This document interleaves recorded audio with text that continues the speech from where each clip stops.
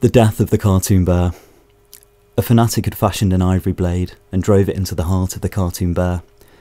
His body was placed in a shopping trolley and rolled down a cobbled street to its final resting place beside an abandoned ground track.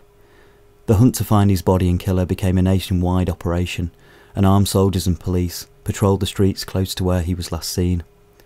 On finding his body, British servicemen gambled for his clothes and took photographs of them wearing his famous red cape. Moira Stewart announced the news of his death on the BBC and found it hard to hold back the tears as she announced that his body would lie in state for a week.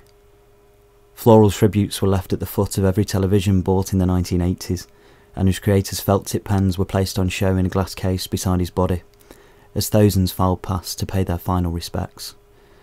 Commemorative plates were commissioned, and currency followed suit, as the better days of his life were tokened off. There was a minute's silence held in honour of his passing, as jokes about his death started to appear on the internet, and circulated through text messages around thousands of young men's mobile phones.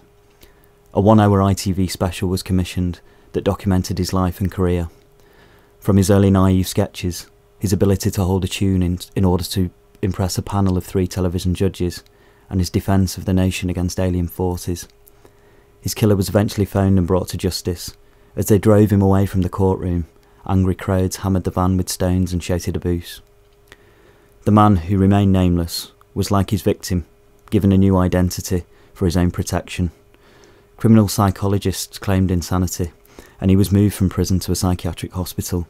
Here he received fan mail love letters and was eventually allowed to marry. Beware feeling, taste and morality. They can shift as quickly as the rain over our backfield.